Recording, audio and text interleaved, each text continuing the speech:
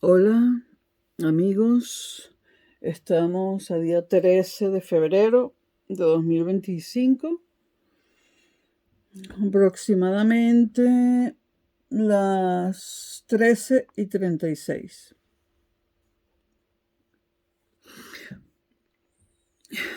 Hoy vamos a abordar ética y sociología.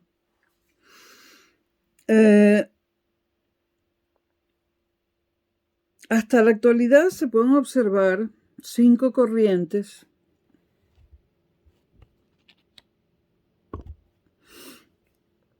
en el estudio sociológico de la moral.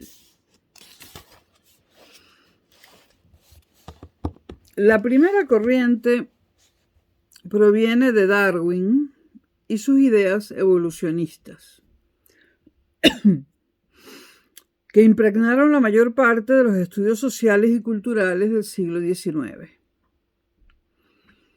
Era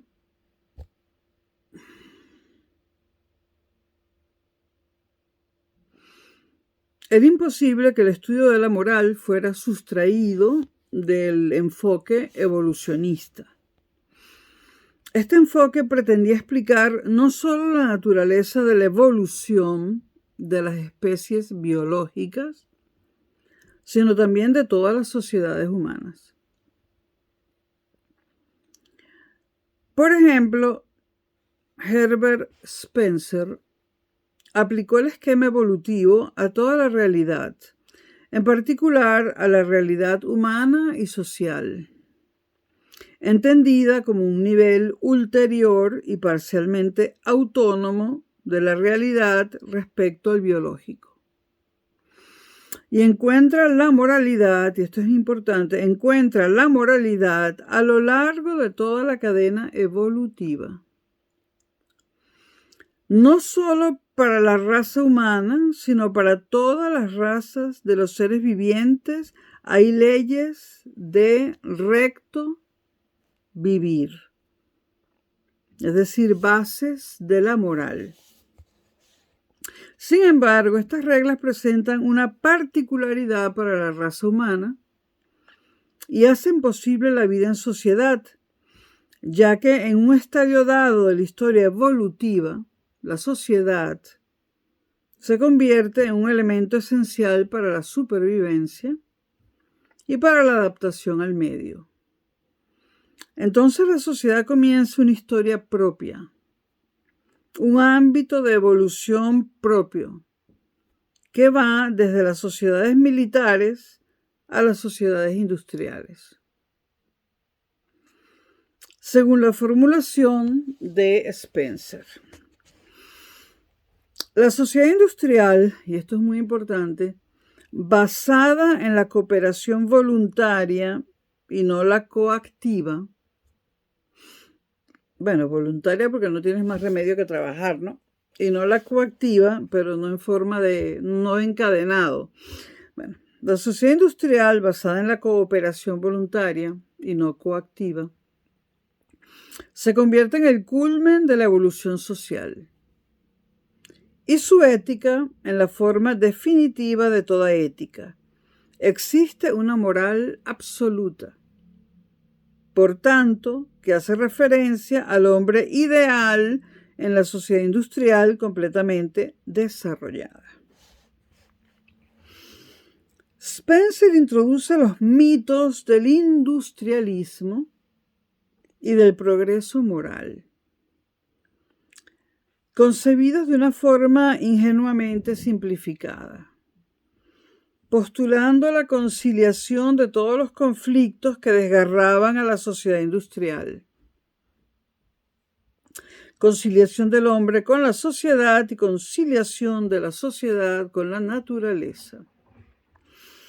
Aunque se pueda considerar a Spencer, Herbert Spencer, como la expresión del paradigma evolucionista en sociología, y concretamente en sociología de la moral, conviene nombrar otros autores. Por ejemplo, a Charles Letourneau, en su libro La evolución de la moral, de 1887, a Alexander Sutherland en su libro Origen y desarrollo del instinto moral de 1898, Edward Westermarck, Origen y desarrollo de las ideas morales de 1906, y L.T. Hobhouse, La moral en evolución, Estudio de ética comparativa, 1906.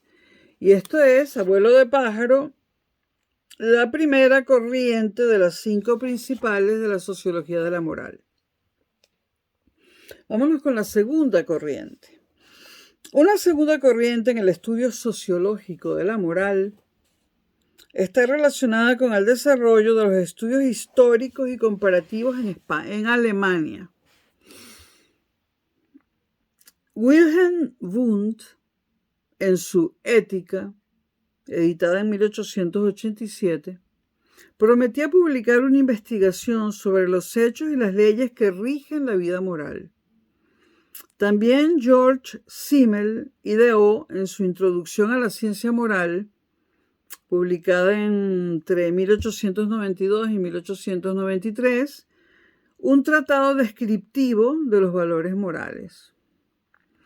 A esta misma corriente pertenecen los ensayos de Max Weber, dedicados a estudiar las relaciones entre la sociedad, la religión y la ética secular, recogidos en Ensayos de Sociología de la Religión.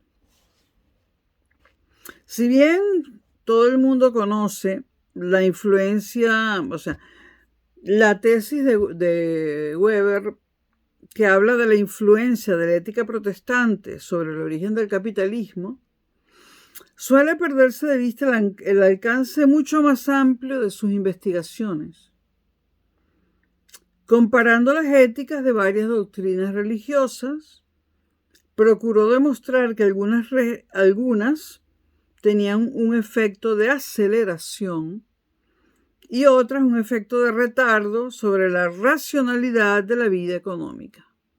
Max Weber, se mantiene alejado tanto del materialismo como del idealismo en su explicación de las relaciones entre las ideas y la realidad social. Es necesario el estudio histórico, y esto es importante, para determinar cuáles son las influencias de las ideas sobre el comportamiento económico, por un lado. Pero también es necesario estudiar la influencia de los fenómenos sociales, políticos y económicos sobre las formulaciones de las éticas religiosas. De esta manera, en la obra de Weber se distinguen 3 problemas principales. El primero de ellos, el efecto de las grandes ideas religiosas en la ética secular y en el comportamiento económico del creyente medio. En segundo lugar, el efecto de la formación de diversos grupos sociales sobre las ideas religiosas. Y en tercer lugar, la determinación de los elementos distintivos de la racionalidad capitalista occidental mediante la comparación de las causas y consecuencias de las creencias religiosas en diversas civilizaciones, el judaísmo y las civilizaciones orientales, especialmente China e India. Y ahora nos vamos con la tercera corriente más importante que hay en el estudio sociológico de la moral.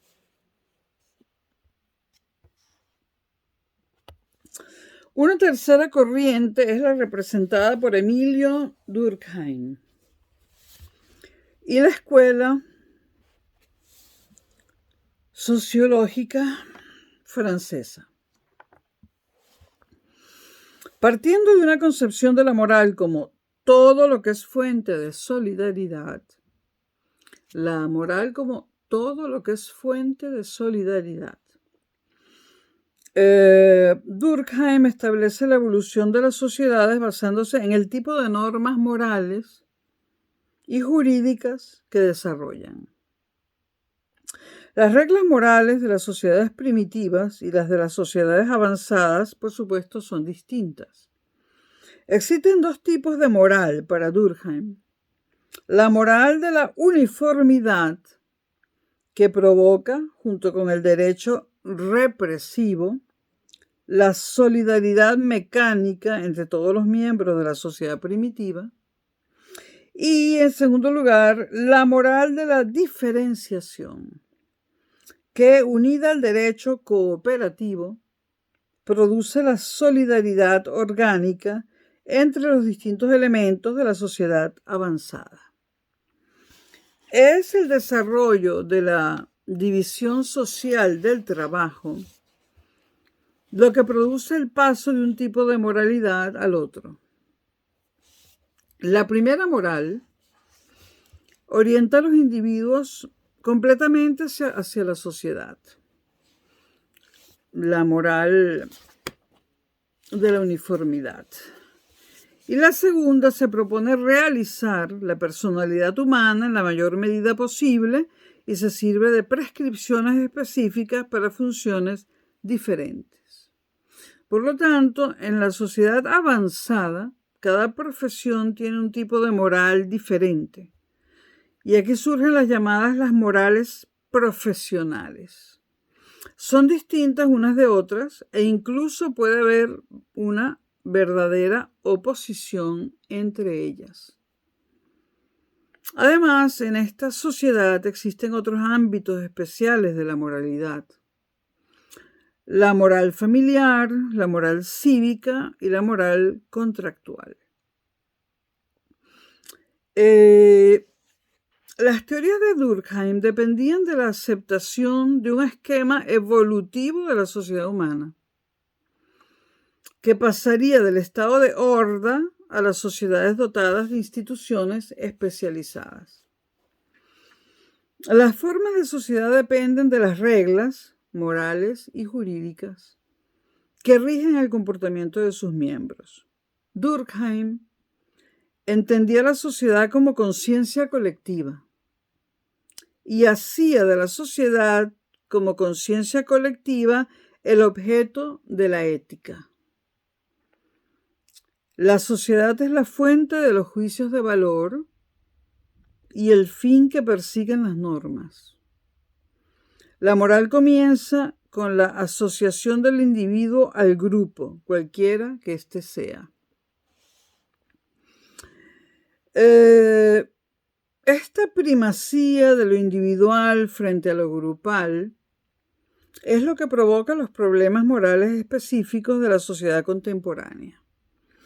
El aumento de los crímenes contra la propiedad y el incremento de los suicidios de tipo anómico,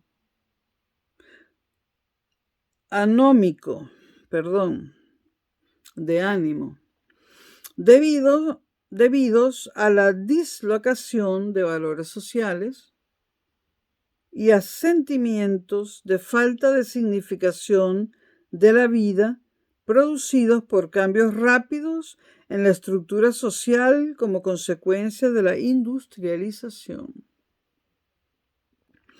Y fue Durkheim el primero que observó esto de los suicidios, como él los llama,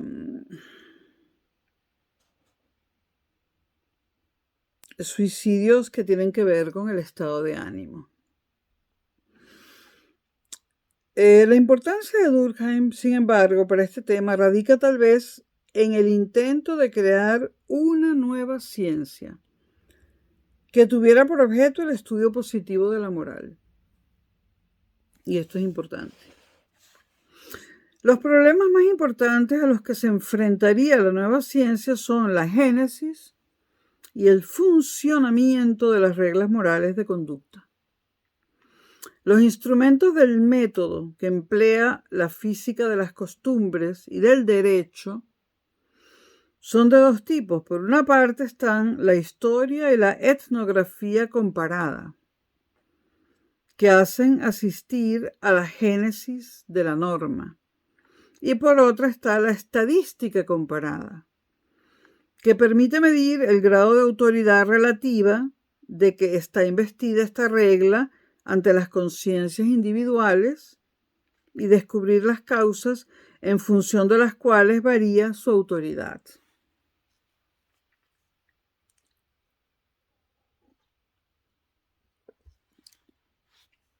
El programa de Durkheim de crear una física de las costumbres fue apoyado y defendido en su escuela por Lucien Levy-Bruhl y más tarde por Albert Bayet. El famoso libro de Levy-Bruhl, La moral y la ciencia de las costumbres, publicado en 1903, contenía una refutación de todos los ataques dirigidos contra esta ciencia y una serie de principios muy generales sobre su desarrollo futuro. Vámonos ahora a la cuarta corriente principal en el estudio sociológico de la moral. Y esta cuarta corriente estaría representada por los enfoques de antropología social y cultural, centrados sobre el análisis de los sistemas de creencias y valores morales. En parte comenzaría ya con la corriente anterior a través de la importancia concedida por Durkheim a los estudios etnológicos, pero se diferenciaría de este en la metodología empleada. En estos enfoques se considera de manera general que la moral forma parte de la cultura. ¿Pero qué se entiende bajo la palabra cultura? Los antropólogos sociales no se han puesto de acuerdo en la definición de este concepto. La caracterización de Barnsley, según la cual la cultura se refiere a significados socialmente compartidos y comunicables, quizás sea la más acertada en este ámbito de sociología y moral. Barnsley. En la antropología actual, se puede constatar una tendencia a hacer hincapié en los procesos de tipo cognoscitivo, dando una importancia especial al estudio de los sistemas de creencias y de los sistemas de valores, que configuran una manera particular de entender el mundo.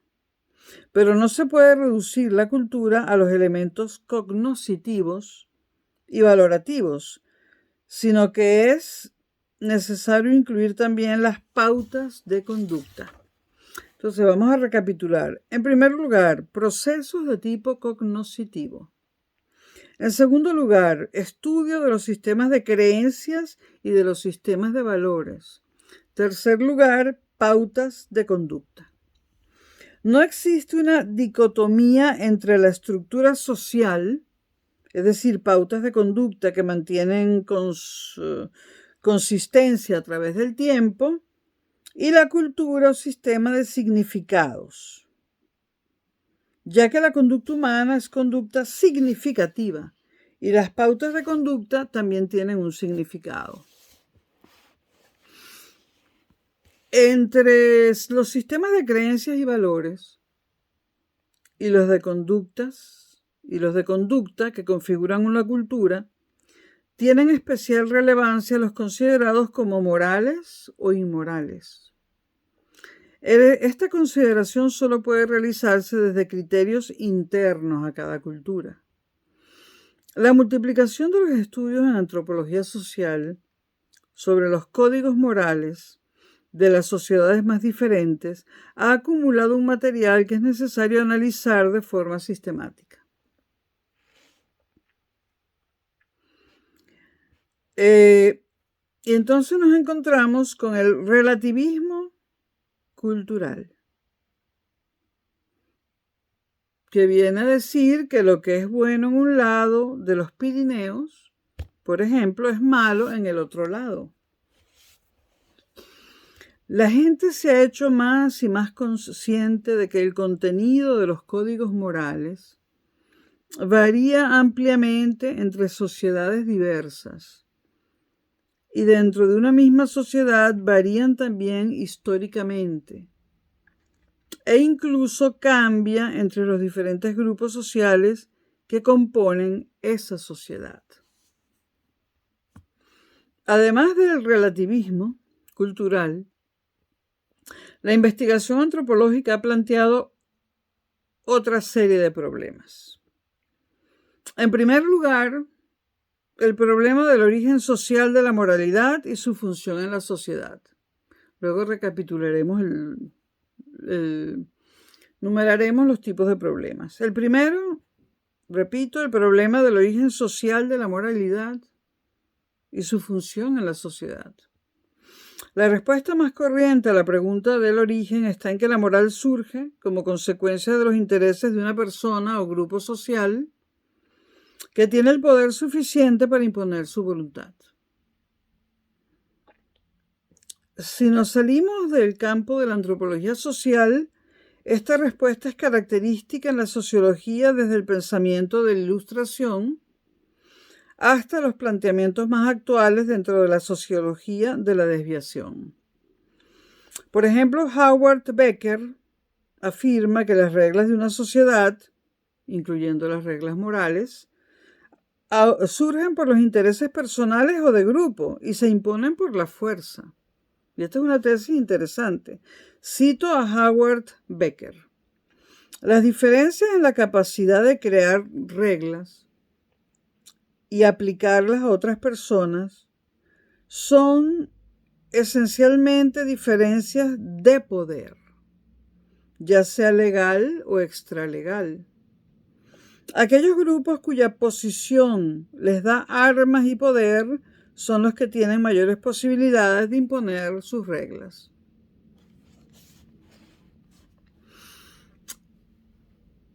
También podemos nombrar a Malinowski,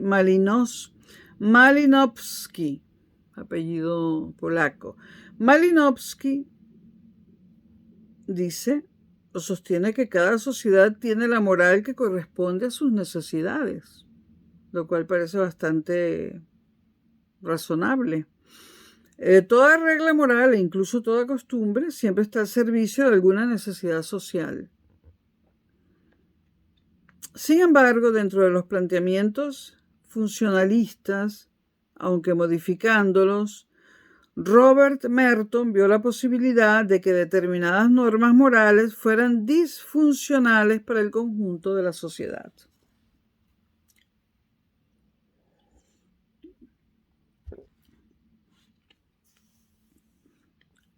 Y nos vamos al segundo problema que plantea el relativismo cultural. Y ese segundo problema es el relacionado con la diferencia entre moral absoluta y moral situacional. El descubrimiento de que la moralidad de ciertos pueblos es siempre una moral situacional, o el hecho de que entre otras culturas como la japonesa, el conjunto de reglas morales que dependen de la situación pueden tener la misma o mayor importancia que los principios absolutos, llevan a la moral de situación.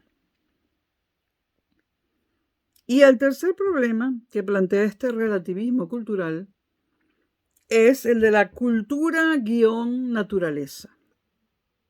Las relaciones cultura-naturaleza.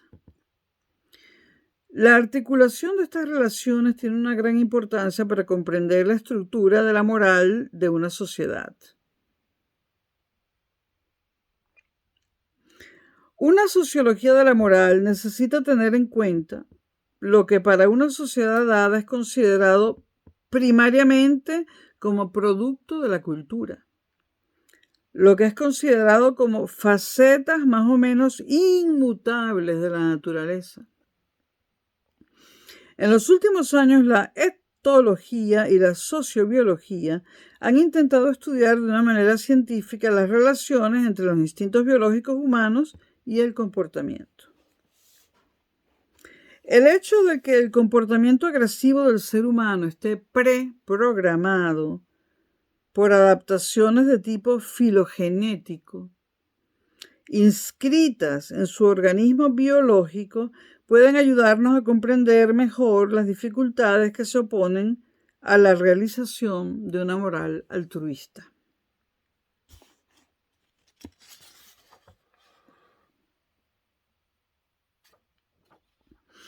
Vamos a repasar rápidamente los tres grandes problemas o cuestiones del relativismo cultural. La primera era el problema del origen social de la moralidad y su función en la sociedad. El segundo, la moral absoluta y la moral situacional. El tercero, las relaciones cultura-naturaleza. Pero sigamos en este punto, ¿no? En la corriente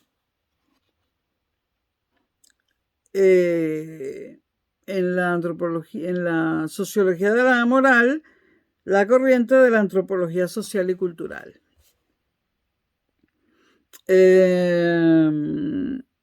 Hay muchísimas monografías y análisis cross-culturales comparativos de la moralidad de distintos pueblos.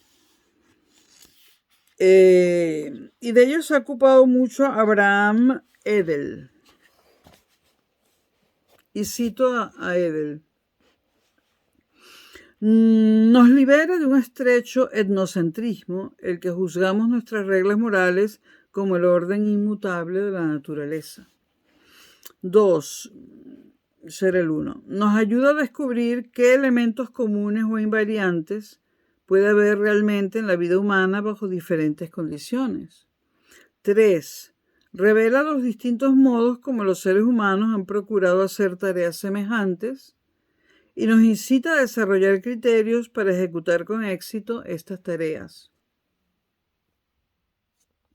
4. Nos da la clave de la relación de la moralidad con la vida cultural y sociohistórica del hombre. Y en quinto lugar, ensancha nuestra captación de las formas de expresión que el espíritu humano ha adoptado y nos manifiesta el sentido de su carácter creador. Bueno, vámonos con la quinta corriente de las principales en el estudio de la sociología de la moral. Y esta quinta corriente la podemos llamar la sociología del conocimiento. La idea del relativismo cultural, de la que acabamos de hablar, ha sido reforzada por la noción básica de la sociología del conocimiento, según la cual las ideas, también las ideas morales, están determinadas socialmente.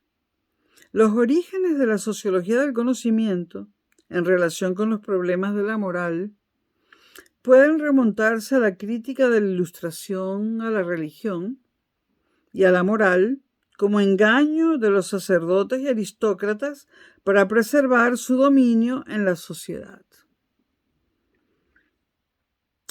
Al análisis que hace Marx de las relaciones subordinadas de la conciencia y también de la conciencia moral respecto a la realidad social, o a los análisis de la genealogía de la moral de Nietzsche, que tiene un libro con ese mismo nombre, Genealogía de la Moral. Entonces, Marx alude a la crítica a la religión y a la moral como engaño de sacerdotes y aristócratas para preservar su dominio en la sociedad. Y lo de Nietzsche, pues lo de Nietzsche está en un video en este canal. Lo de Nietzsche es muy, muy largo para abordarlo en este momento. Un hito en el desarrollo de la sociología del conocimiento serían los estudios de Max Weber. Nuevamente Max Weber, sobre las relaciones entre las ideas religiosas y los hechos económicos. Y la teoría de Durkheim sobre el surgimiento de las categorías de pensamiento a partir de la vida social y concretamente a partir de la vida religiosa. En Alemania tenemos a dos autores importantísimos que son Max Scheler y Karl Mannheim. y de Karl Mannheim, especialmente su libro Ideología y Utopía. La relación entre pensamiento y la realidad social. De esto se ha ocupado Mannheim. Mannheim es consciente de vivir en un periodo de transición en el que todos los valores y puntos de vista aparecen en su genuina relatividad, como productos de un momento histórico y como resultado de los conflictos inherentes a una sociedad escindida en clases sociales y grupos antagónicos.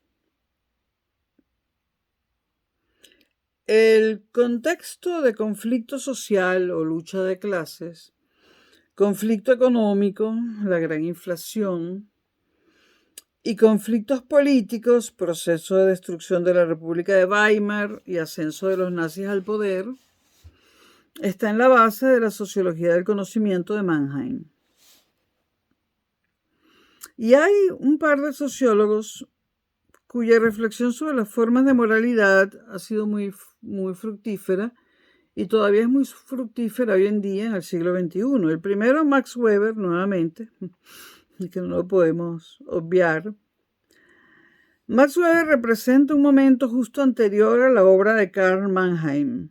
Y el segundo sociólogo importante en esta relación, en esta reflexión sobre la moral que todavía hoy en día está vigente, es Norbert Elias, que fue discípulo de Mannheim en las universidades de Heidelberg y Frankfurt.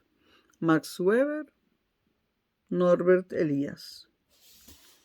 Bueno, vamos a hablar ahora.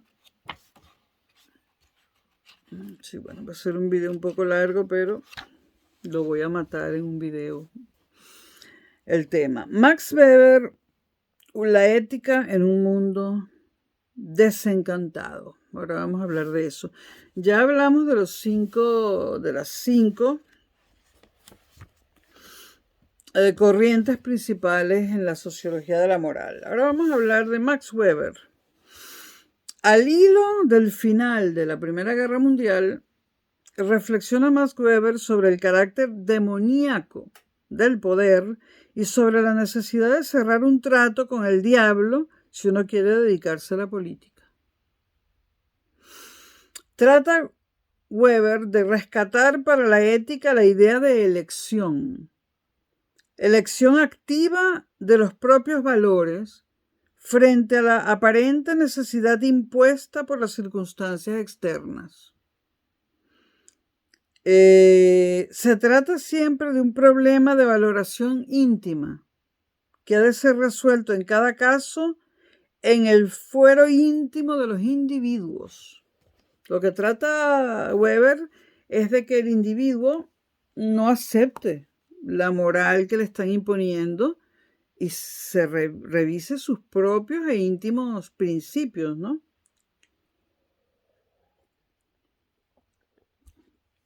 Claro,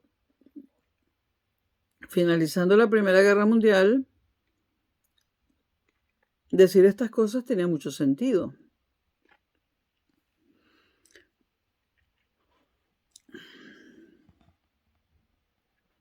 El individuo queda abandonado a sus propias fuerzas en circunstancias como esta. Weber, por lo tanto, apunta por la elección individual de los valores, con la que yo estoy bastante de acuerdo, independientemente de si hay guerra o no la hay, aunque varía si hay guerra. El Estado puede usar la fuerza para obligar al individuo a combatir en las trincheras, pero no puede imponerse sobre la conciencia individual. Y es un hecho constatado empíricamente a través de la observación sobre la guerra que la consagración de los individuos a la causa que el Estado no puede imponerles en modo alguno es indiferente para el resultado militar. Toda la historia política está dominada por las leyes del poder y de la violencia, y no es posible sustraerse a ellas más que al precio de salirse de las instituciones.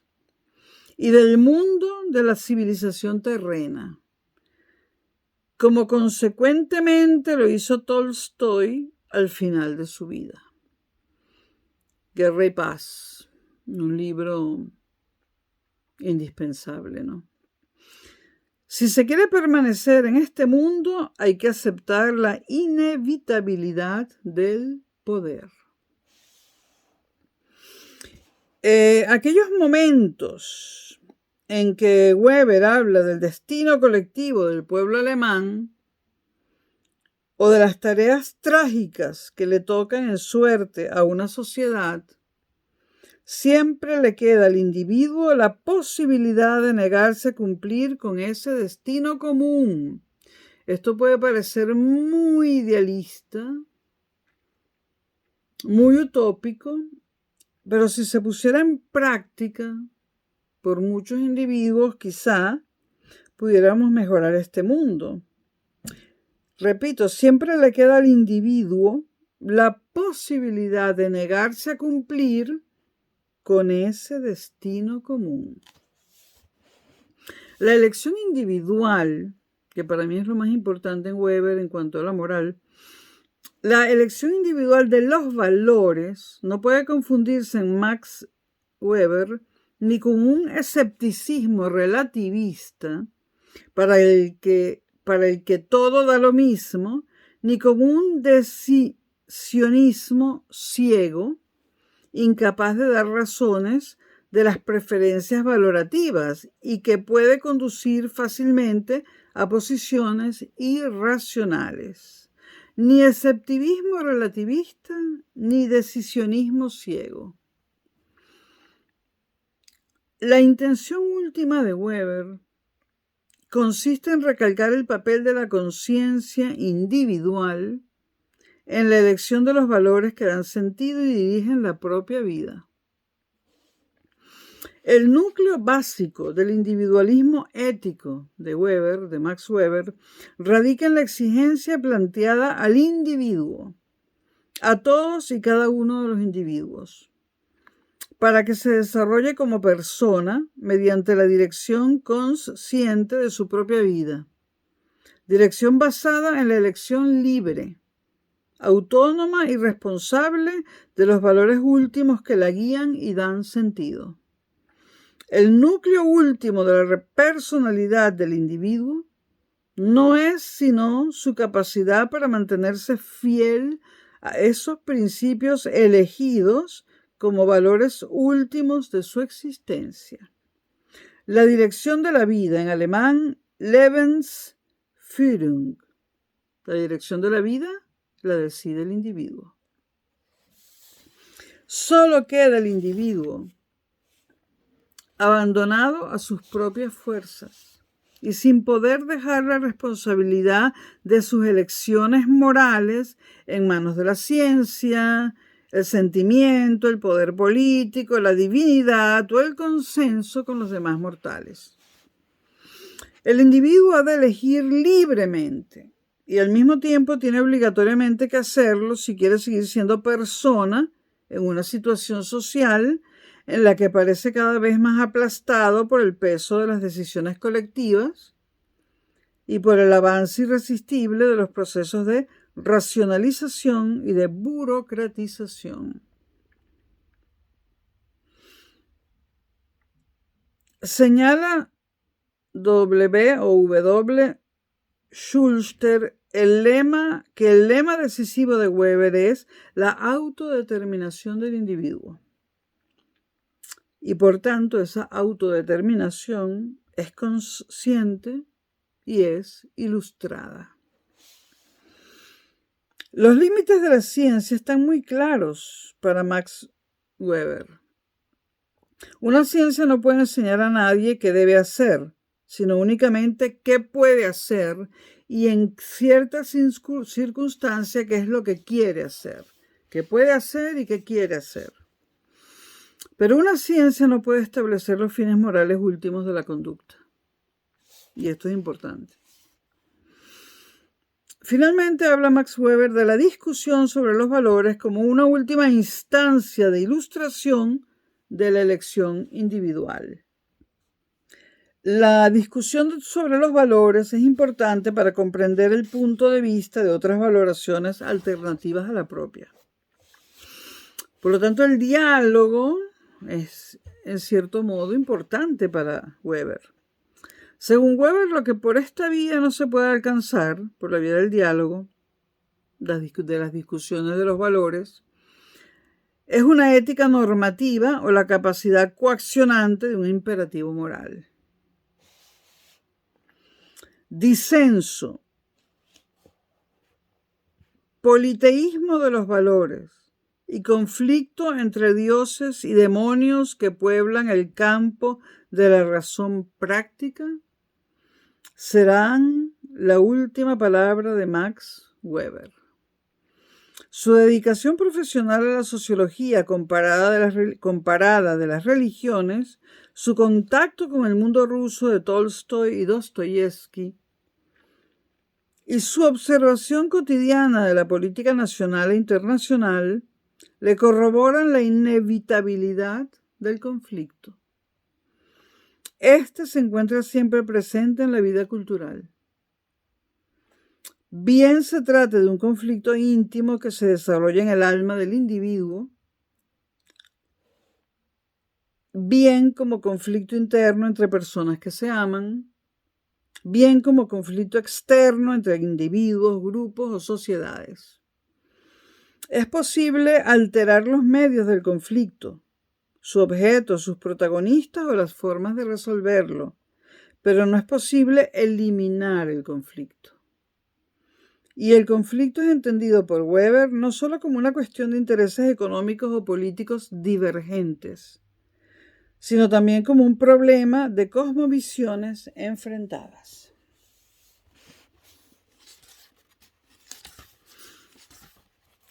Vamos a hablar ahora nuevamente de Weber, de la ética del trabajo de Weber y de un concepto de Richard Sennett, que es la corrosión del carácter. A comienzos del siglo XX, formuló Max Weber su famosa tesis acerca de la ética protestante y el espíritu del capitalismo, en la que rastreaba el origen religioso de la moderna idea de profesión, llegando a la desencantada conclusión de que la idea del deber profesional ronda nuestras vidas como el fantasma de pasadas ideas religiosas. Bueno, no puedo estar más de acuerdo. Sobre todo a finales del siglo XX me sentía yo que esto ocurría, ¿no? Ahora ocurren otras cosas, no sé si mejores o peores. Bueno, Weber constata la desaparición de los ideales religiosos. Estamos hablando de Europa, porque, por ejemplo, América Latina, todo el mundo es creyente, ¿no? Pero Weber constata la desaparición de los ideales religiosos que dieron origen a la conducción metódica de la vida necesaria para el desarrollo del capitalismo. Pero luego viene algo quizás peor, o mejor dicho, que también es malo, como es la irracionalidad del trabajo como fin en sí mismo. A no ser que uno sea escultor, o pintor, o poeta, el trabajo como fin en sí mismo, solo para ganarse la vida, es una aberración.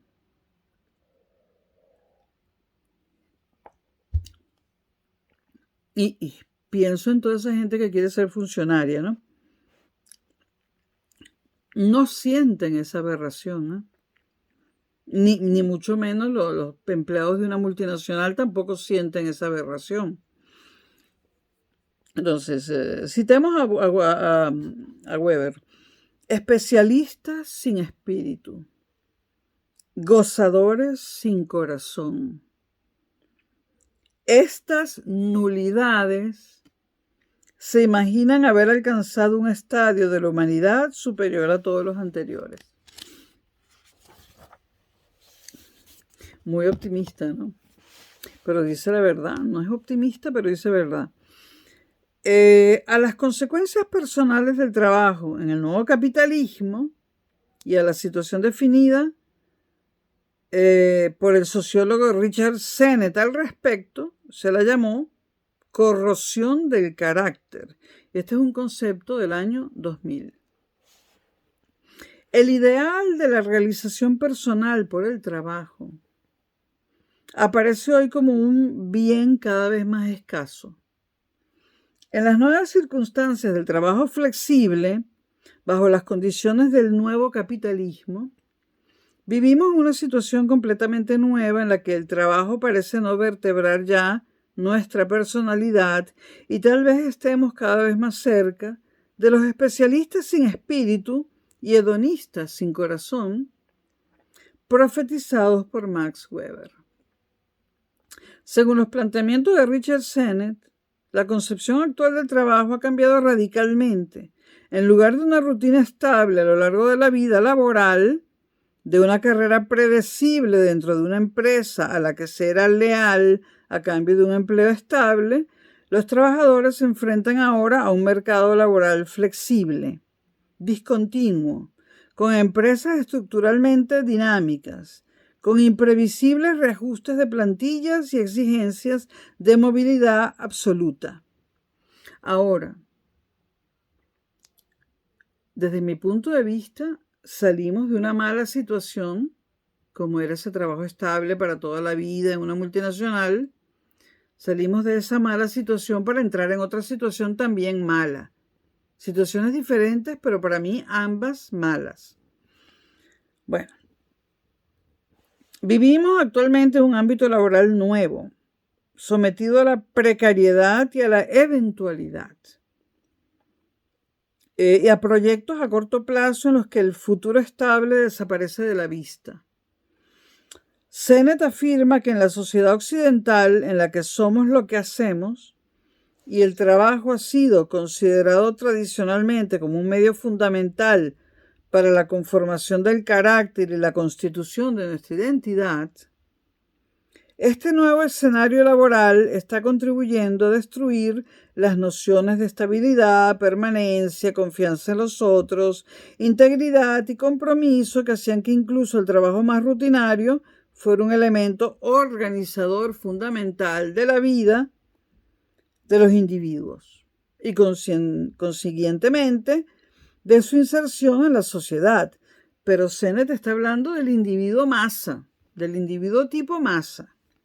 Sigamos. Y esta transformación en la que la inseguridad creciente experimentada por los trabajadores hace que sea imposible para muchos alcanzar una identidad moral, está también afectando a la escuela y a la universidad. Esto lo dice Sennett. La perspectiva, acertado o no, de que no hay futuro en el mundo del trabajo, o que lo máximo que cabe esperar a los jóvenes es el trabajo precarizado, se vive ya en la educación secundaria como angustia y desasosiego. Y está en la base de muchas actitudes de rechazo a los contenidos de la educación, cuando no en el rechazo radical y violento del propio sistema escolar. Bueno, esto lo vivo yo a diario porque doy clases en colegios, ¿no?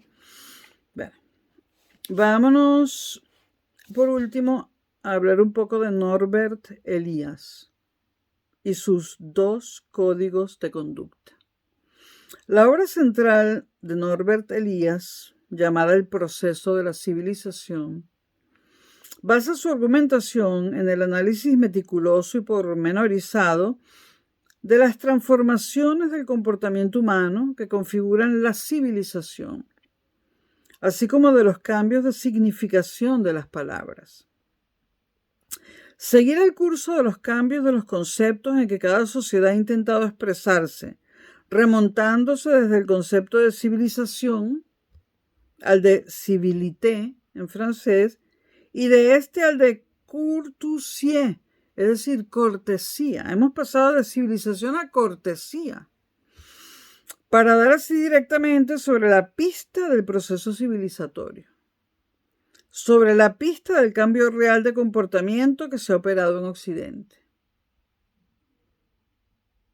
La historia detallada de las palabras, el análisis de sus orígenes y cambios sociales, o sea, la historia detallada de las palabras, el análisis de sus orígenes y cambios sociales es importante para la sociología.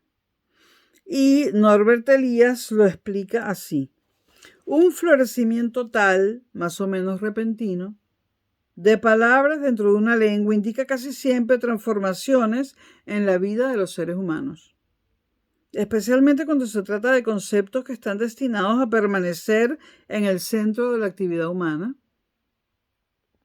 y a tener una vida tan larga como el que nos ocupa. Génesis, cierro la cita de Herbert Elias, génesis y evolución de las palabras, génesis y evolución de las formas de pensar, sentir y comportarse, génesis y evolución de determinadas instituciones sociales configuran el núcleo de una teoría de la civilización concebida como un proceso histórico con diversas variantes nacionales, en el que se va dando un control cada vez mayor del individuo y una transformación de las formas externas de coacción en formas de autocoacción. El largo proceso histórico de conversión de una sociedad guerrera en una sociedad cortesana, a través de la monopolización estatal de la violencia y de los impulsos, implica, entre otras cosas, el acortesanamiento de los guerreros. Una larga transformación en el curso de la cual una clase alta de cortesanos viene a sustituir a una clase alta de guerreros. Este largo proceso, iniciado en Occidente en los siglos XI y XII y culminado solo en los siglos XVII y XVIII, significa una transformación de los impulsos individuales en el sentido de una contención, de un autocontrol basado en el miedo a la disminución o a la pérdida del prestigio social. Significa la interiorización de las coacciones sociales, la transformación de las coacciones externas en autocoacciones. Esta transformación supone un proceso de autoconstitución del individuo, de transformación de su sistema emotivo, de contención de las emociones, un cambio en los preceptos de las buenas maneras, en la mesa o en cualquier reunión de la buena sociedad. El desarrollo de una capacidad de observación psicológica de sí mismo y de los demás. Pues de la permanente vigilancia de uno mismo y de los otros depende la propia posición en la jerarquía móvil de poder en la sociedad cortesana. Se construye así un tipo de hombre calculador, siempre a la defensiva, represor de sus reacciones emotivas espontáneas, gran observador y conocedor de su propio yo y buen experto en la observación psicológica del ser humano. Y vamos a leer una cita de La Bruyère, que viene al caso. El cortesano es dueño de sus gestos, de sus ojos y de su expresión. Es profundo e impenetrable. Disimula sus malas intenciones, sonríe a sus enemigos, reprime su estado de ánimo, oculta sus pasiones, desmiente su corazón y actúa contra sus sentimientos. Esa gran capacidad de observación psicológica requerida en los círculos cortesanos encontrará su expresión literaria en la descripción de los tipos humanos, arte descriptivo que se prolongará más allá o más acá de la sociedad cortesana y llegará hasta nuestros días. Una descripción que, según Elías, en gran medida supera los límites de la psicología científica, excesivamente dedicada a la observación del individuo aislado de sus relaciones sociales.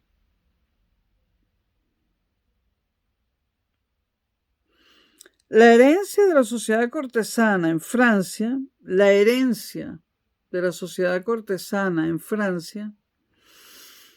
se encuentra más en la literatura que en la ciencia psicológica, pues la literatura francesa, ha sabido describir mejor a los tipos individuales sin desgajarlos de modo artificial del conjunto de sus relaciones recíprocas, del conjunto de sus entramados sociales. Y esto es para Norbert Elias el proceso de psicologización.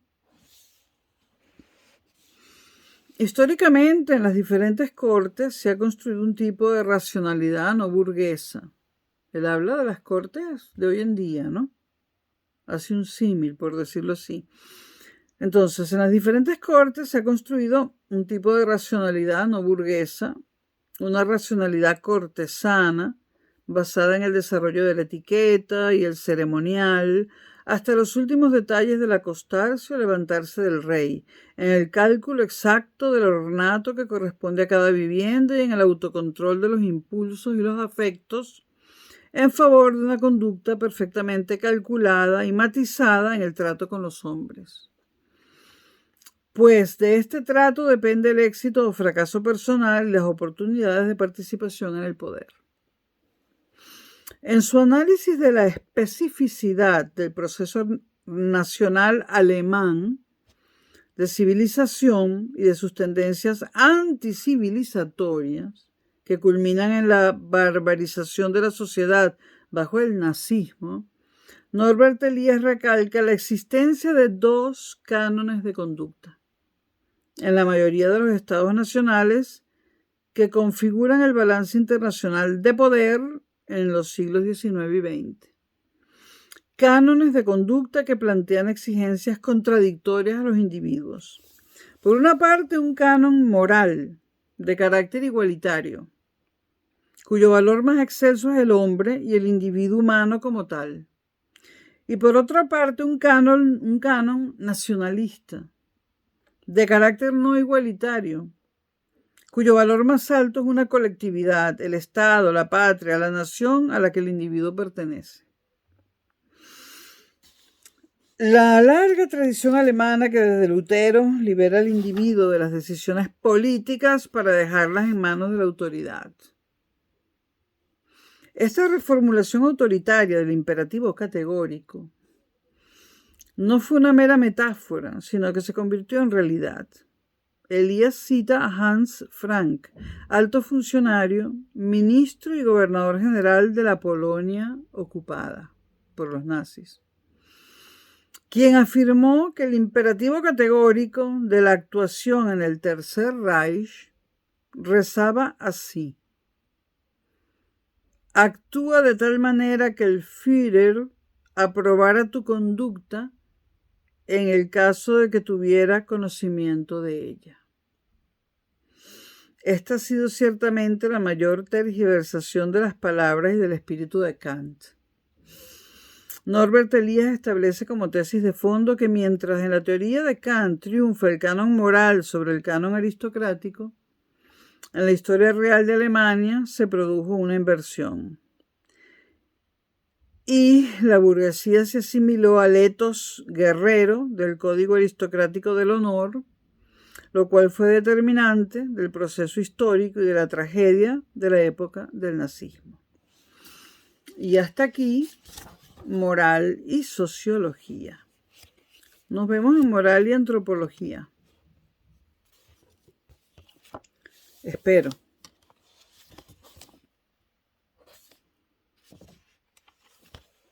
Hasta pronto.